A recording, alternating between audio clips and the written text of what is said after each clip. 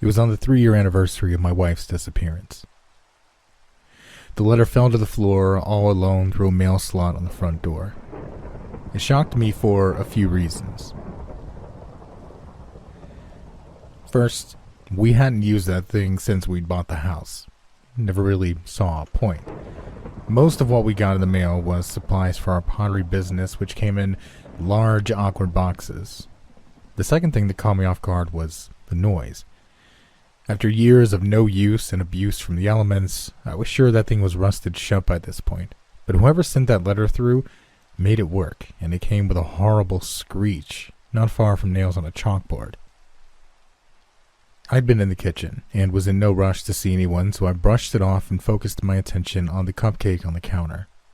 But not only had it been 3 years since Jasmine's abduction, it was also her birthday, and the day before Halloween.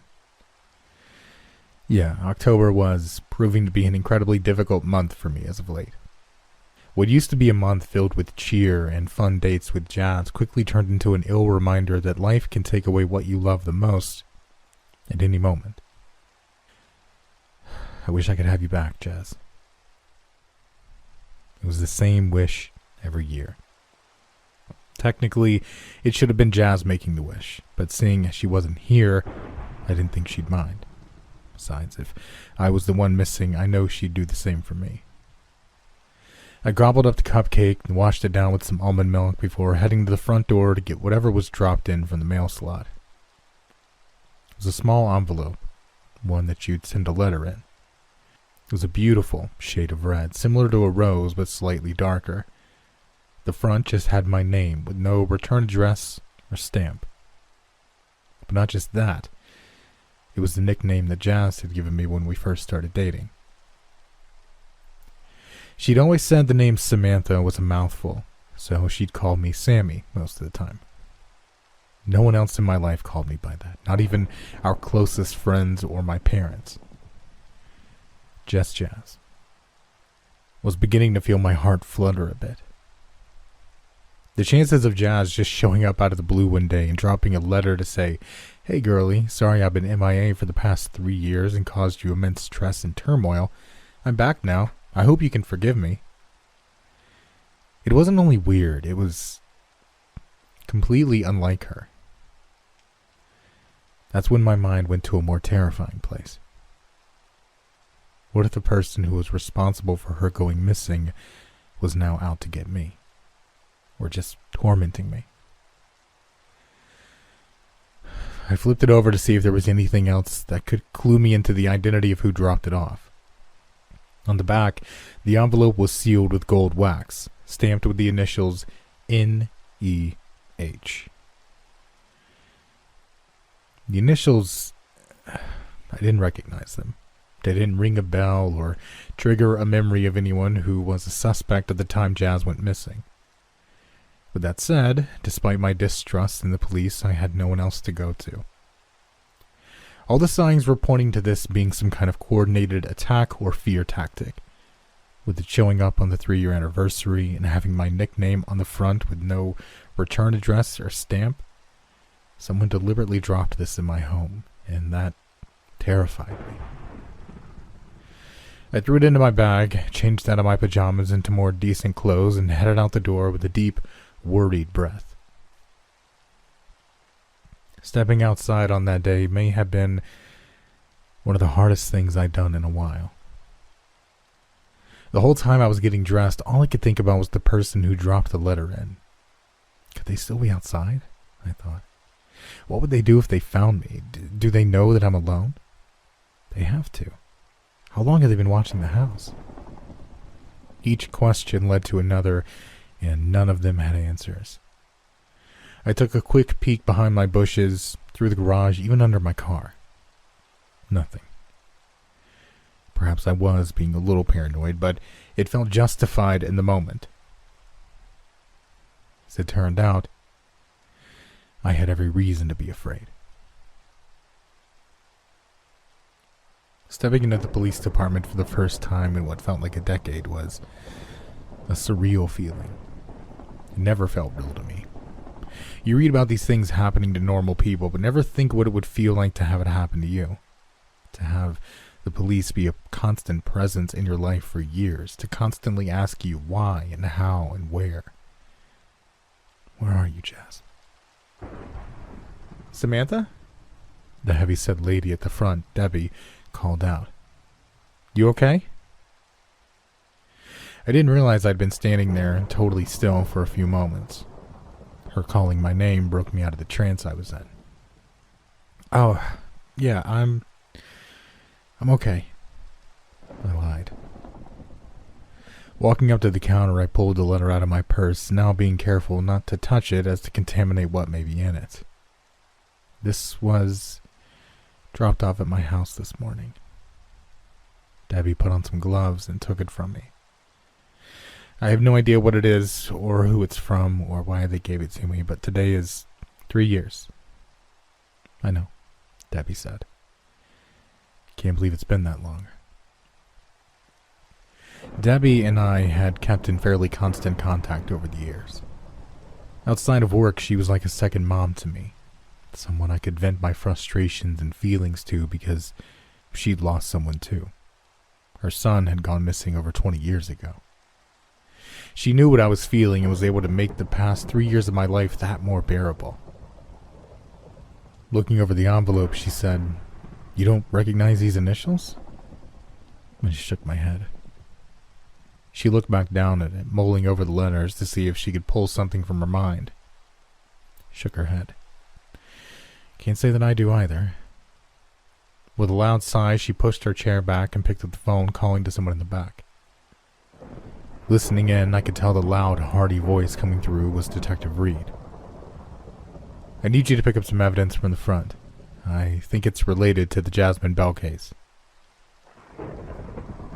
Returning to an empty home is something you'd think I'd be used to by now. But in reality, losing Jazz never got any easier. I just learned to deal with it. Recently, I'd made it over 2 weeks without bursting into tears while thinking about her, but the conversation I had with Detective Reed brought back a concoction of sadness and grief and anger I wasn't ready for. It was one of the hardest conversations I'd ever had. The things that followed made it just that much worse. I made a cup of coffee despite it being nearly midnight and sat at the kitchen table mulling it over in my head. He'd taken me back to an empty interrogation room. "Take a seat over there," he said, pointing to a fold-out metal chair.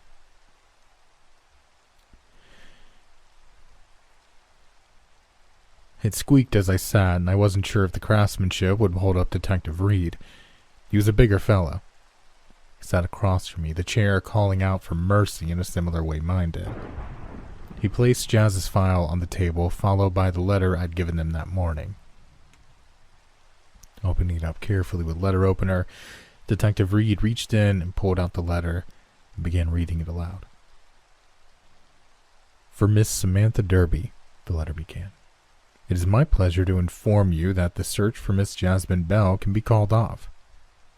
I perked up at that sentence, but Detective Reed held his hand up, reminding me that this could just be a horrible joke. He continued reading. "Jasmine Bell is safe and can be found at North Crescent Street. The house number is 1458. At that, I shot up from my chair. "We have to go there, now. What if she's alive? What if she's being tortured?" The words fell from my mouth a little easier than I was expecting. I suppose I just wanted to put a fire under Detective Reed's ass, and it seemed to work. He told me to hold on a minute while he went and spoke to his supervisor and did some digging into the address. When he came back, my body was vibrating. I couldn't quite tell what I was feeling. There was excitement, there was fear, there was trepidation. What if this was too good to be true, I thought. The look on his face when he came back told me it most likely was. He tossed Jazz's file to the table, and with just barely going over a whisper, he said, 1458 North Crescent is an empty lot. Has been since before Jazz went missing. If this letter is telling the truth of her being there, then I didn't let him finish before I had my head resting on the table, crying my eyes, calling out, "Please, please let her be safe. I don't want to be alone anymore." Detective Reed tried to console me, brought me water, led me through some breathing exercises, and brought my heart rate down to a less dangerous level. What happened next is mostly a blur. I stayed at the police station while Detective Reed and 2 officers drove down to the empty lot. There were no records of an owner, so searching it wouldn't be a problem. Told me they checked miles out into the woods and even used a ground-penetrating radar to run the perimeter of the property in case the worst happened. In case Jazz had been killed and buried. I'd prepared for the worst for the 3 hours that they were gone. Told myself that it was some sort of sick joke, that it'd be over once they found her remains and I could put her to rest the right way. I'd get closure. Her family would get closure. We'd all still be without her, sure, but at least I wouldn't have to think about that stupid letter again. What Detective Reed ended up telling me was much worse than even the darkest recesses of my mind could muster. They found nothing. No sign of disturbed dirt. There was nothing for miles out in the woods near the property and no hits on GPR. I truly don't remember the conversation after that point. I remember hearing the officer speak to Detective Reed about following up with previous owners of the lot or maybe neighbors, but it all sounded far away. I just closed my eyes and thought of Jazz as I last saw her, heading out the door on her birthday to spend a night with her friends. Her costume was so beautiful, too. A pistachio green trumpet gown paired with nude flats and a tiara sitting atop her locks. She was meant to be Princess Tiana, but I always told her she was too beautiful to compare herself to another person. She was a princess all of her own. I just sat there staring at our front door, expecting her to come in at any moment, laughing and ready to tell me all about her night and the crazy things she'd gotten into. But of course it never happened. I went to bed that night, clutching one of Jazz's old shirts to myself. In a strange way, it felt like she was there with me. Finally, I fell asleep, hoping to put the hurt from the day somewhere deep where I could never find it again. As it turns out, I wouldn't be so lucky.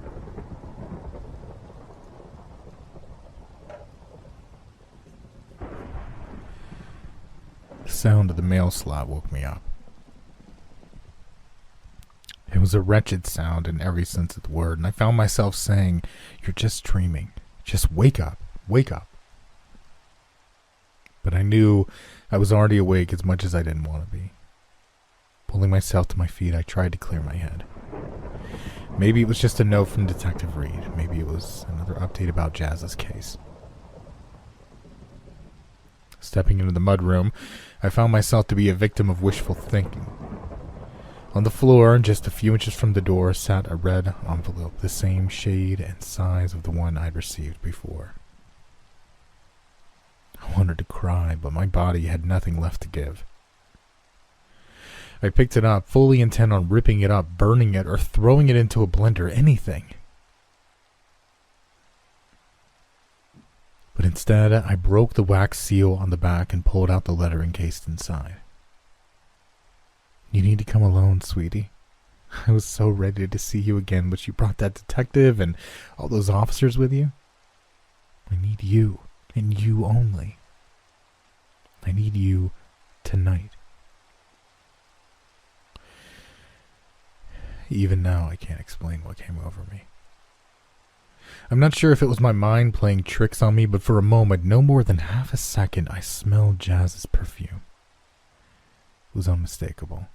She'd been using the same bottle our whole relationship, squeezing out every little drop because they discontinued the scent and nothing came close to it.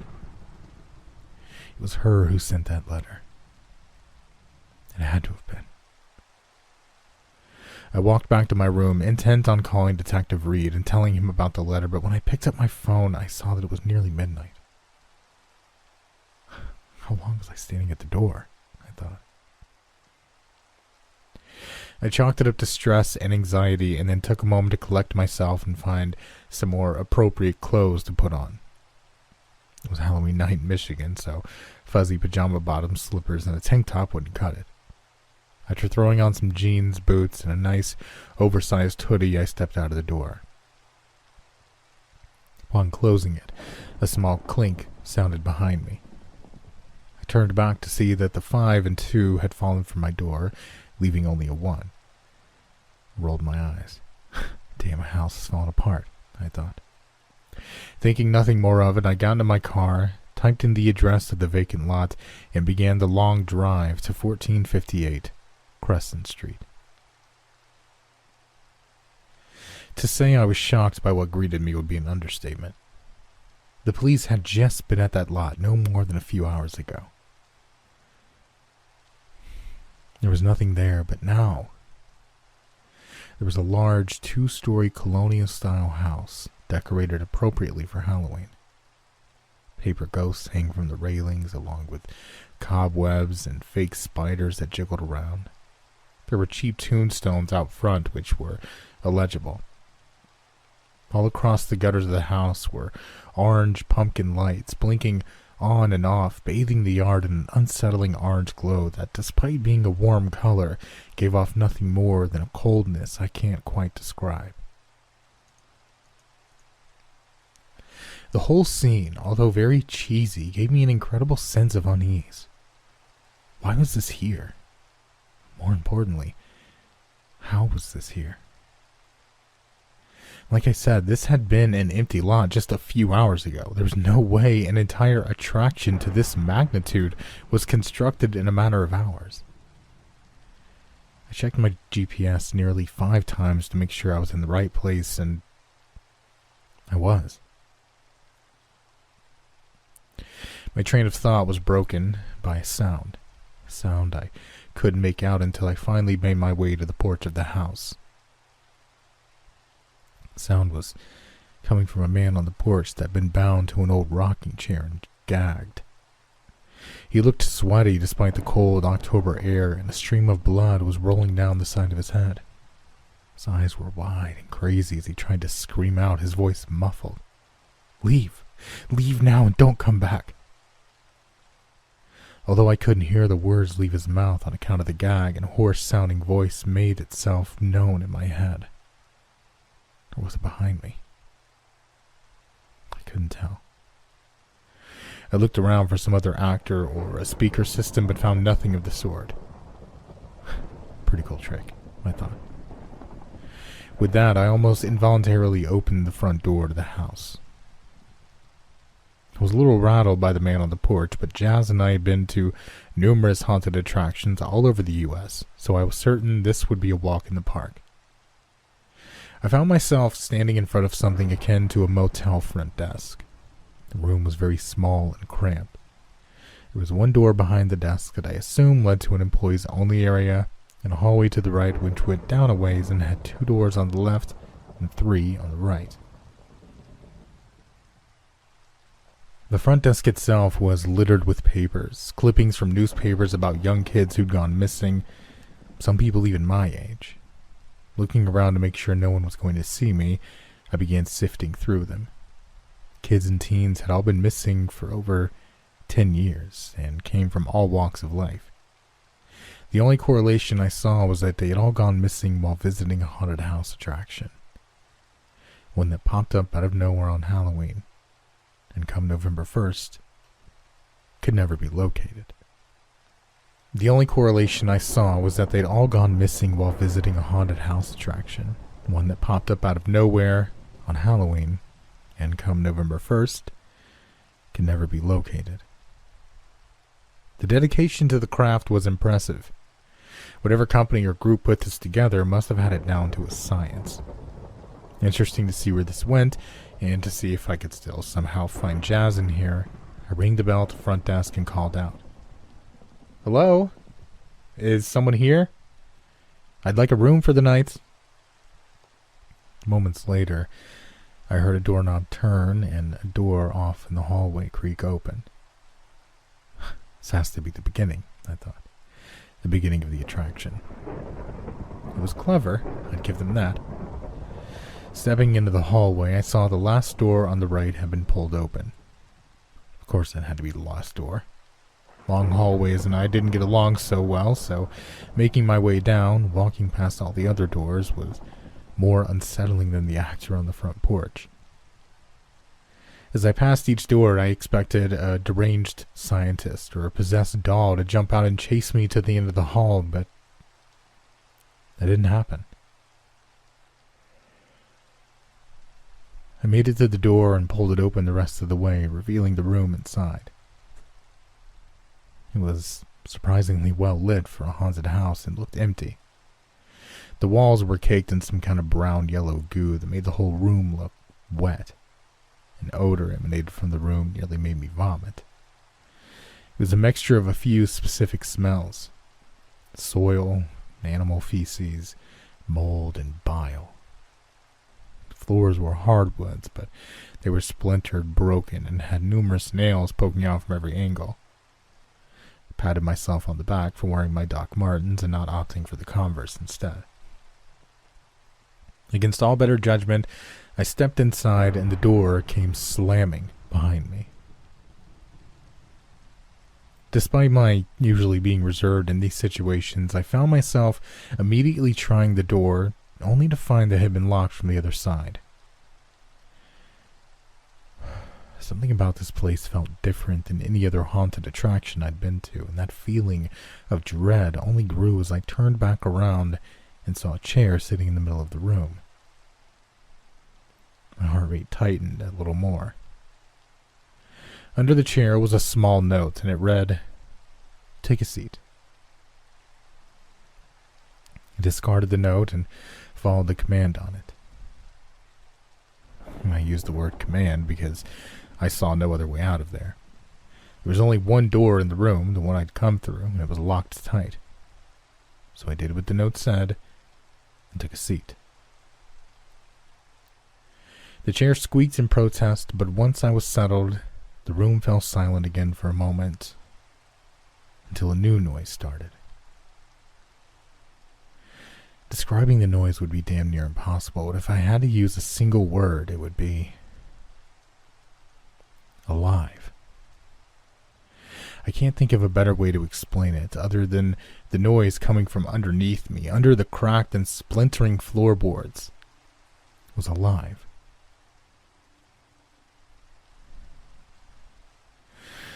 And then the floorboards gave in. All at once, every 5 of my senses was flooded with something ungodly. Under me, I could feel wet mud and the unmistakable undulating of earthworms working their way through it all. The smell was something I can only describe as wet and earthy, but in the least pleasant way. As the worms worked their way through the coarse dirt, I swear I could hear them eating and slithering the entire time as they were only inches from my ear, and as I tried over and over to pull myself back up into the room, to no avail. The dirt under me continued giving away at the slightest bit of weight, and despite my fight to stop it, my arms, all the way up to my armpits, were being covered in mud and worms and were making their way up my arm, trying to dig into them like I was part of the soil that trapped me. I shouldn't have left my coat at that front desk, I thought, deciding I'd have a better chance if I just stood up and rolled over onto my stomach, trying and failing to keep it from my mouth. I can't tell you how many worms I spit out while I was stuck in there. It was really too dark to see, aside from the light coming from the hole I'd fallen through. Finally, I managed to stand, and while I was up on my knees in a bed of worms and dirt, I managed to throw my arms over the hole and begin pulling myself up as hard as I could. I pulled and yanked, reaching for anything that could offer me some leverage, and just as I felt my waist begin to loosen, something wrapped around my ankle. It was slimy and slid across my bare skin with little hesitance. My first thought was another worm, but as it continued up my calf and even into my thigh, I became aware it was far thicker and more calculated than any worm ever was. Is it a snake? I thought. But no sooner did that thought leave my body than I feel it wrap itself around my waist and ever so gently begin tugging downward. What the fuck is this? I screamed out, hoping anyone out there would hear me. Can someone please come help me? I think there's a snake in here. The more I screamed, the more I wiggled, the harder it gripped me and the faster it pulled me down. Before I knew it, the soil was past my belly button, then my chest, my neck. I took one last deep breath, fully expecting it to be my last. The world around me went black. My ears picked up on no sound, and the only taste in my mouth was copper. I'd somehow managed to bite through my lip through the whole debacle, but what was really worrying me was the burning in my chest. The ever-present need to breathe was nagging at me, but I knew that weight on my chest was the dirt, and the worms just pushing back with thousands of pounds of force. This was it. I was going to die in some shitty haunted house attraction that no one even knew about. As I was on the brink of passing out, I felt a small amount of pressure release from my feet and then my legs. With a little more effort, I found that I could move them. Not knowing what else to do, I began kicking them around wildly, using the last bit of life I had in me, just hoping that I'd come out the other side, somewhere where I could escape, call for help, and forget this nightmare. I shook and shook until finally, pop. I came crashing down from the hole and down onto something hard and unforgiving. A sharp, hot pain shot up the arch of my foot into my leg, and I knew immediately it was sprained. I tried to scream out, but instead I found myself sucking in as much air as my lungs could hold.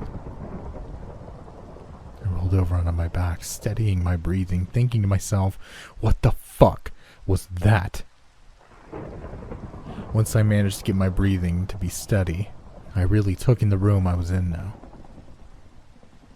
It was at this moment I started to understand that this haunted house was something much, much more. The ceiling which I'd fallen through was perfect. There was no hole, no crack, nothing. Nothing but a ceiling light.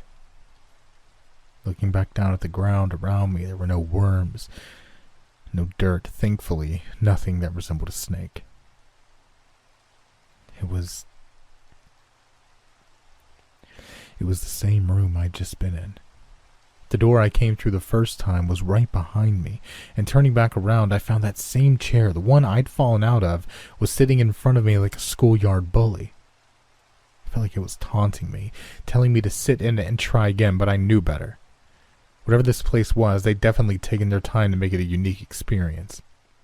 Annoyed and admittedly terrified, I kicked the chair over and turned to go back out the door I'd come in. But when I turned around, the door had no handle, and there was a large 1 painted on it in black. I walked over slowly, expecting a shitty jump scare, but no one ever came. Now at the door, I softly pushed against it, but it wouldn't budge. I looked at the top, but there was no gap between it and the door frame. Same with the bottom.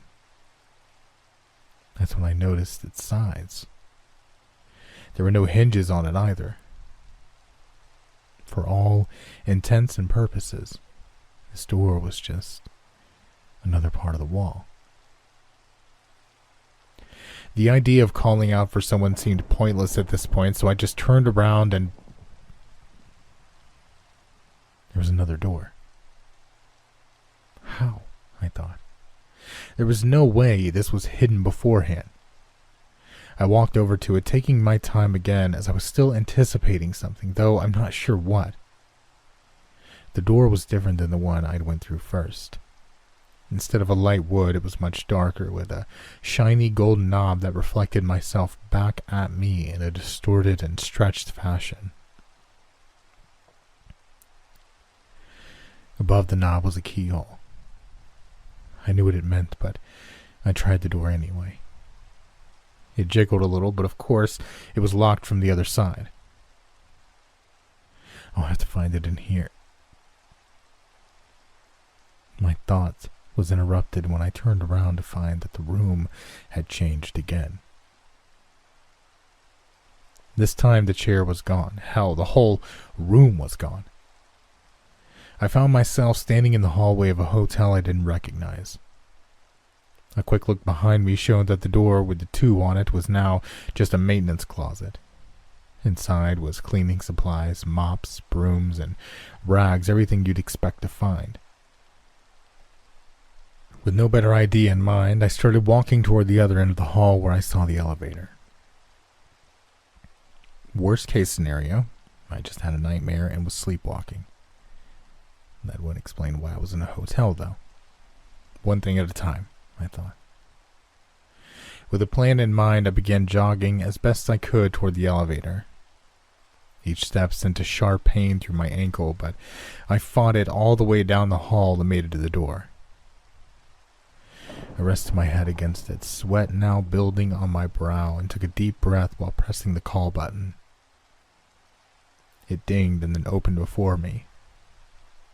The relief I felt in that moment was indescribable, but it was immediately shot down when I looked back up as I stepped through the threshold. The elevator doors closed behind me, and in front of me was a brown door. Quickly turning back around with a plan to pry open the elevator doors, I was even more shocked to find that they were gone now too. They were replaced with a wall of shelves filled with cleaning supplies, rags, and paper towels. There's no way this was happening, right? Everything around me was changing constantly. My heart rate picked up as I did the only thing I could do. I walked through the brown door and was met with the same hallway as before and the same elevator door at the end of it. Except this time, it was a little different. Each hotel room door was wide open, and naked mannequins stood half in, half out. Part of them in the hallway, part of them in their rooms. I hated those things. They seemed to follow you everywhere you went while you were shopping, but now I noticed they were following me. Taking my time to make it through the hallway, I heard the squeaking of plastic on plastic as the heads turned to follow me as I went.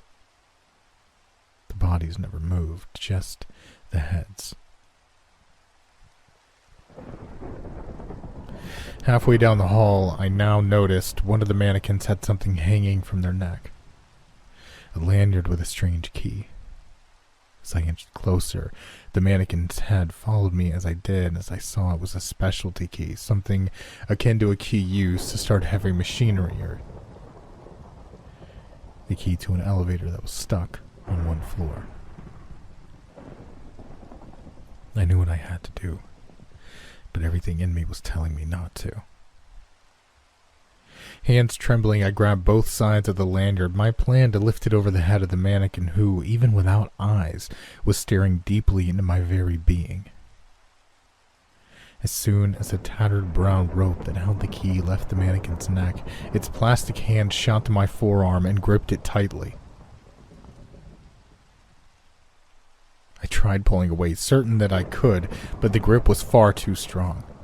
I tugged and tugged on the rope, pushed the mannequin against the door frame, leading us to both fall to the floor and causing its grasp on me to finally break. I put all of my strength into the final tug, and the rope came free, bringing the mannequin's head with it. It flew into the air, landing some feet behind me. It was then I noticed all the mannequins were moving now, and they were coming straight for me. Their movements were much more rigid and less fluid than the one that held the key. It was like watching a bad stop-motion animation in real life. They were jerky and harsh in their movement, and they were fast. With the elevator key in hand, I ran to the door, smashing the call button with my palm, and their footsteps grew louder behind me. Closer and closer they came until finally the elevator dinged, and I fell in, not realizing I'd been leaning into the door. I got up quickly, shoved the key into the hole, and pressed the only button I saw. A button for floor 3. The elevator door closed just moments before one of the creatures made their way into the small space with me. They banged on the door as the elevator slowly took me up, but soon it stopped as I became out of reach. Finally, that nightmare was over. But I wasn't sure I was prepared for what else this living hell had in store for me. The elevator came to a stop and opened out to a room a little bigger than the one I'd seen back in room 1 and the beginning of room 2. Walls were different as well. They were covered in some very old and tacky floral wallpaper that looked to be straight out of the 50s. It was peeling off in some places, exposing the yellowed adhesive behind it. At the far end of the room there was, as I'd come to expect, a door. This time was a large 4 painted in front of it. I walked over, and as I reached for the knob, I felt a sharp pain in the fatty part of my palm. Yanking my hand away, I tried to investigate it further. For a second, I couldn't see anything. And then I noticed small drops of blood on the floor. Looking at my hand, I saw 2 pinprick points where blood was slowly trickling out. A snake bite? No sooner did the thought leave my mind did I hear that unmistakable hiss. It sounded big. The hiss had more weight to it than the snakes I'd seen my dad deal with in the past. They were mostly garter snakes, and they were dealt with easily, whatever was behind me. I knew it was going to be much worse. Out of pure desperation, I tried the door again, only to be met with the same twinge of pain in my palm. Looking closer to the keyhole, I saw a small forked tongue slither out of it. I stumbled back out of shock and bumped into something so stiff and sturdy I'd thought the room had closed in. But as I stood there, I started feeling the writhing and swelling of some ungodly mass behind me. Holding my breath, I reached a hand back and let it grace the being behind me for a split second before I threw myself to the wall ahead of me, nearly crashing through the locked door.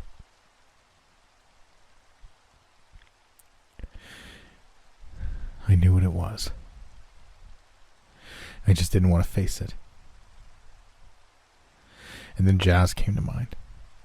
I thought about how, if I made it through this, I could maybe see her again. I could maybe hold her again. Tell her I love her again.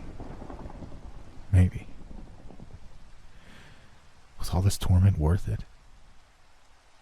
I thought about it in my head in a matter of seconds that passed like hours before deciding that yes, this was worth it.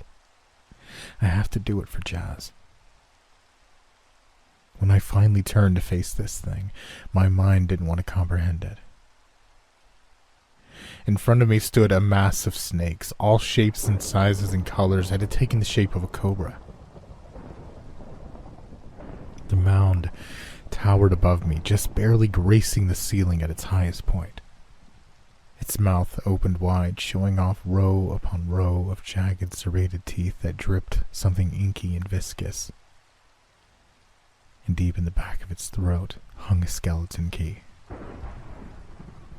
I was frozen in place as it slowly lowered itself to my eye level and just stared at me, opening and closing its mouth. The massive snakes on the floor began wrapping themselves around my legs, and when I heard my knee pop, my body went into fight or flight mode. I screamed out in pain and began clawing and punching at the mounds of snakes wrapped around my ankles. I scratched and clawed so hard my nails bent backwards, broke and bled as the nail bed became exposed. By the handful, I threw snakes to the other side of the room, their noodle-like bodies slamming against the wallpaper before falling to the ground and coming back toward the mass that was surrounding me. The head of this monstrosity still sat just inches away from me. Its tongue, made up of other smaller tongues, caressed my face slightly, sending goosebumps throughout my entire body. I think my body reacted before my brain could even comprehend what was happening. My hand went flying up toward the tongues, grabbing a handful and began yanking them down and out of the mass of scales and venom. The snakes all hissed, the mouths closed down around my arm. Thousands of needle-point teeth stabbed into my arm over and over as the mouth continued opening and closing, but each time it did, my hand got closer and closer to the key in its throat. Using the other hand, I pulled more snakes from the face of the beast, throwing them this way and that, until I finally felt the eroded metal of that key. My body was getting weaker, though. The venom that had been dripping from their teeth coursed its way through me as I yanked as hard as I could on the key until finally, with a disgusting squelch and rip, the key flew out, landing near the fourth door. The snakes dropped me, making me hit my head hard as I met the floor. My body was screaming in protest of every movement. The monster was screaming in pain behind me, but I crawled my way over to the door. I pulled myself up, jammed the key into the lock, turned it, and heard it click as it disengaged. Turning the knob, my legs gave in as I fell through the threshold and out onto the soft grass on the other side. With what little strength I had left, I kicked the door to room 3 shut, and then the blue sky above me faded to black as my body and mind caved in once again. When I came to, I was staring up into the sky. Heavy clouds hung over, blocking out the sun, and a light wind blew, sending a chilling breeze my way. I had no idea how long I'd been in that house, or how I even managed to get out, but I was ecstatic to see the outside world again. I rubbed my eyes until I saw colors in an attempt to wipe away what I'd seen, but there was no use. My only choice, I decided, was to just go back home. Go home and give up on this cat and mouse chase that was likely leading me nowhere. I sat up, expecting to see the house and the door I came out of. Instead, I saw a cemetery. Now, I didn't know this side of town too well, and I was almost certain I didn't see a cemetery when driving in or before I went into this house. Maybe it was behind the house, I thought. With nothing much more to go on, I slowly made my way over to the group standing over the casket. As I got closer, I could hear a priest reading from a Bible and the soft whimpers of those who'd lost someone. I was sure I looked a mess, and interrupting a funeral had to be a sin somewhere, but I felt like I had no other choice. The first person I tried to get the attention of was an older man, most likely mid-50s. From the back, curly white hairs poked out from his dark hat, and he was wearing a suit that was far too big. I couldn't help but think this was likely something he'd done more than a few times in his life.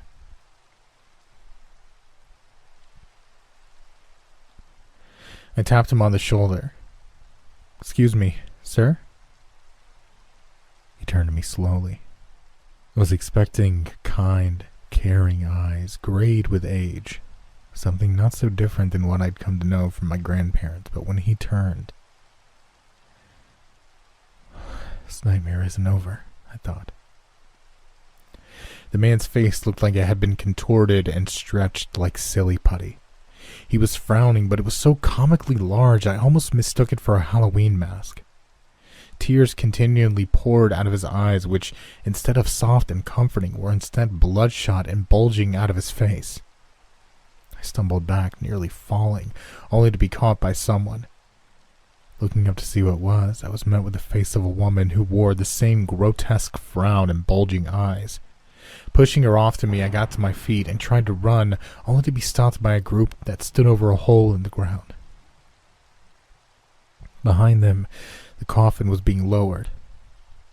All at once, they began reading a verse from the Bible in a tone so void of life and inflection, it was like they were robots.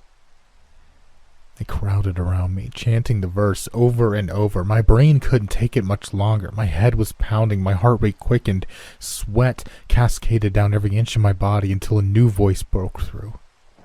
One that seemed to overpower the dozens that berated me now. It was Jazz's voice. There was no mistaking it. She screamed out to me, "Get in! Get in! You have to get in!" I knew what she was saying, but I hated it. I needed to see who was in that coffin, and I needed to take their place. There was no other way. With my sense of direction completely shattered, I just pushed as hard as I could in one direction. I pushed past many older men and women, some children, the priest, all of them grabbing and pulling at me with rotting, decaying hands. Hands that were missing fingernails or whole fingers at some point. With one final push, I sent a large group to the ground, and I was finally standing above the freshly dug hole in the ground. The coffin was beautifully intricate. Even with the chanting monsters behind me, I couldn't help but appreciate it. It was made of stained glass and bore an incredibly complex mosaic pattern of hundreds of colors. As I continued to look through, I noticed it. Deep in the mosaic was a number. 5. It was just another fucking door. With the chanting behind me getting louder, I tried to slowly shimmy my way down so I could open the casket. There was just enough room on either side for me to basically straddle the bottom half and open the top half. With a loud squeal, the top half opened, revealing me. My face had paled slightly, giving it an even snowier appearance than usual. Dark bags accompanied my eyes, and my lips wore a deep indigo. I found myself crying over myself as I sat there. Every time I think I'm done, I get thrown into some other waking nightmare. All I wanted was Jazz. I wanted her, and I wanted to go home, and I wanted us to be together and be happy again. Sadness turned into anger as I slammed the coffin shut before bringing my fist down on it. I heard a small crack, and a sharp pain went through my hand. Again and again and again, I slammed my fist in the mosaic on that coffin, blood coming up with every hit now, until finally it shattered into little pieces. The pieces fell to my double's face, but the ground beneath us fell as well. I was weightless for a moment, just floating in a void until I came to a sudden stop in a new room. I landed on my feet. Something very solid underneath them, much more solid than the floorboards of the house and the grounds at the cemetery. I collected myself and looked around the room to find myself in a large greenhouse, though large doesn't do it justice. In every direction, it stretched far out of my vision. All around me were plants and vines, the lengths of which I'd never seen before. They towered up the walls. Some of them hung from the ceiling so long they nearly touched the floor. There were rows upon rows of these plants, and on any other day I would have assumed I'd walked into the garden section of a Lowe's. With nowhere else to go, I just began walking forward, hoping to find something leading out of there. I'd been walking for at least 2 hours, my feet begging me to stop. The only sound that accompanied me in this room were the light chirps of birds, though I saw none, and the occasional sound of a second set of footsteps. Given the size of this place, I thought it was just my footsteps echoing, but there were times when I heard the sound when I was completely still. I knew that there was someone else here with me. I just hoped they would actually help me. Another 2 hours passed, indicated by the setting sun outside, and I was on the brink of passing out again when someone called out to me. "Sammy, baby, are you okay?" It can't be real, I thought. It was Jazz's voice without a doubt. A hand grabbed my shoulder, shocking me and causing me to lurch forward. A short giggle came from the person. "Why are you scared, Sammy? I'm right here. Come on, get up. Let's go home." I looked up. It was Jazz. She was there, speaking to me, touching me even, but something was off about her. I stood up, trying not to show her that I was suspicious, fighting off the urge to push this imposter away and just run until I couldn't anymore. I instead pulled her into a tight embrace, telling her how much I missed her, needed her, and just wanted her to come home. We pulled away from each other, but my hand rested at her hips and hers rested on my shoulders, the same way we'd held each other at our wedding moments before we shared our wedding kiss. I know it isn't you, I choked out. It was hard to say, but through tears I continued. This isn't Jazz. It's just some fucking trick this place is pulling to try and make me lose my mind. I pulled away and started running when her eyes began welling up with tears of her own. I yelled out, "I'm sorry," as I continued down the hall. I noticed now the flowers and vines were beginning to droop, become discolored, and some outright turned to ash and fell to the floor. I made it no more than 10 feet before Jazz called out, "Your birthmark." I froze. "The one under your hair? Just above your right ear. Only I and your parents know it's there." I instinctively rubbed the spot she was talking about. "I didn't know about it until you wrecked the car back in 2018. You were in the hospital for weeks. They had to shave your head to get the staples in. You almost died, Sammy. And I was there for you the whole time." I could hear her voice beginning to crack. "I need you to be here for me now. I need you to come back so we can get out of here together." I couldn't help but feel guilty. Turning around, I saw her standing there, tears pouring from her eyes and falling to the floor. With every splash, the guilt piled on more and more until it was too much. I ran over to her, scooped her up in my arms, saying, "I'm sorry," over and over again. I squeezed her tight until I could feel her heartbeat sinking with mine. I thought to myself, this is it. I finally have her back and we can... You stupid, stupid girl. My heart all but stopped. You're so easily fooled by emotions. You and every other human that stepped into this place. Her grip on me tightened to the point of pain. The thing is, she continued, you're far more resilient than the others who've come through. Somehow, you're not broken. We can't have that. She pulled away and I saw her face for what it really was. The entire right side of it was covered in deep craters that pulsated in a nauseating way. Some of them went so deep I saw right through her cheek to the teeth in her mouth, which were nearly falling out from rot. I pushed her away, her right arm coming off as I did. Her entire body was decaying, and more deep holes appeared on her body, but she continued to call out, "You've been here too long, Sammy, so now we have no choice." Suddenly she was behind me, grabbing my head, pulling me down to the ground. She sat on my chest, her only arm pinning my neck to the concrete floor as she leaned in to speak. Her breath was putrid, her words slurred as she spoke with only half a tongue, and drops of yellow-brown pus dripped from the holes in her eye, landing on my face and eating through me like acid. I tried screaming, but my airway was being crushed by the weight of this monster. "Look into my eyes," she yelled. "Look and see what Jazz saw the night she died." At that moment I was somewhere new, somewhere I only vaguely recognized. It was Jacob's house. It was the night of Halloween. It was outside, but I could hear party music coming from the house, and I knew where I was. This was the night Jazz was killed. I was looking through her eyes. It was cold, she was shivering, and I could tell by the way everything was swaying back and forth she drank far too much.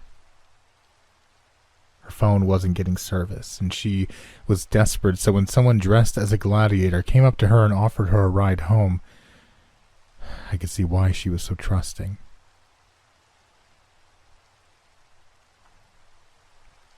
I tried like hell to make out his face, but it was impossible. All of his features had been warped or distorted to a point of being unrecognizable. Even his voice only came through as static. They both got into the car, their conversation impossible to understand.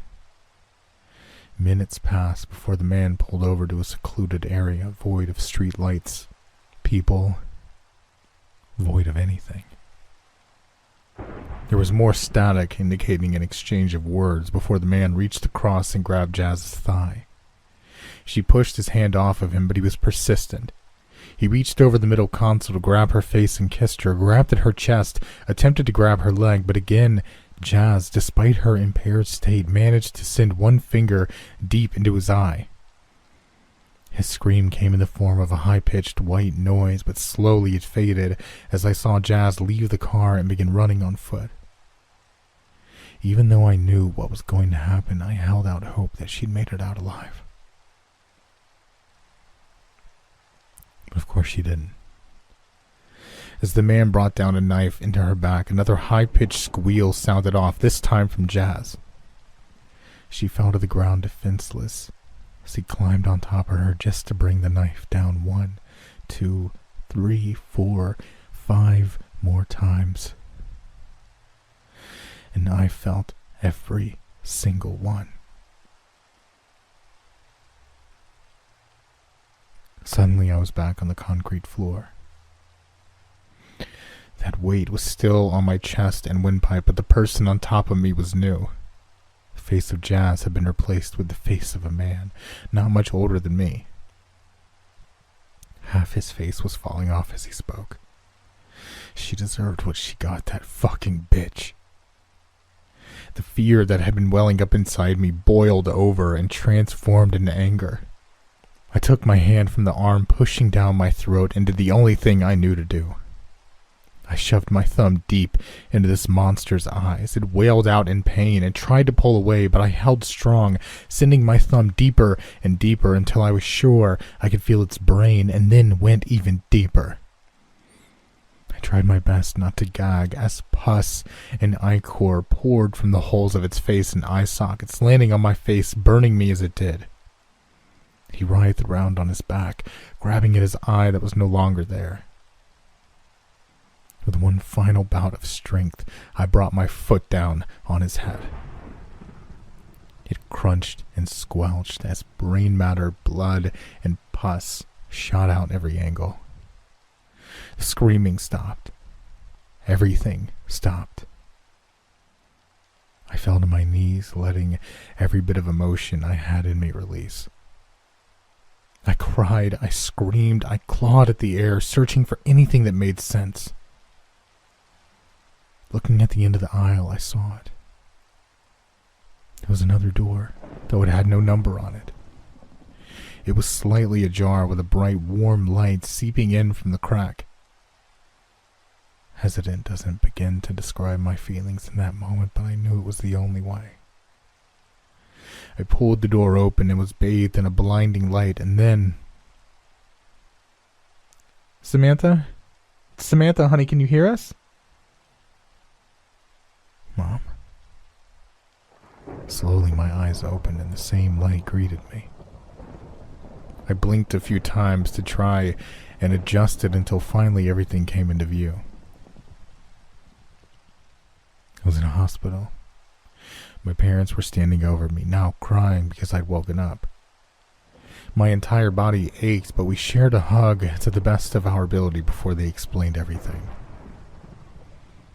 They'd gotten a call from the hospital saying that I'd been admitted that morning following a report of a body being seen on the ground of a vacant lot.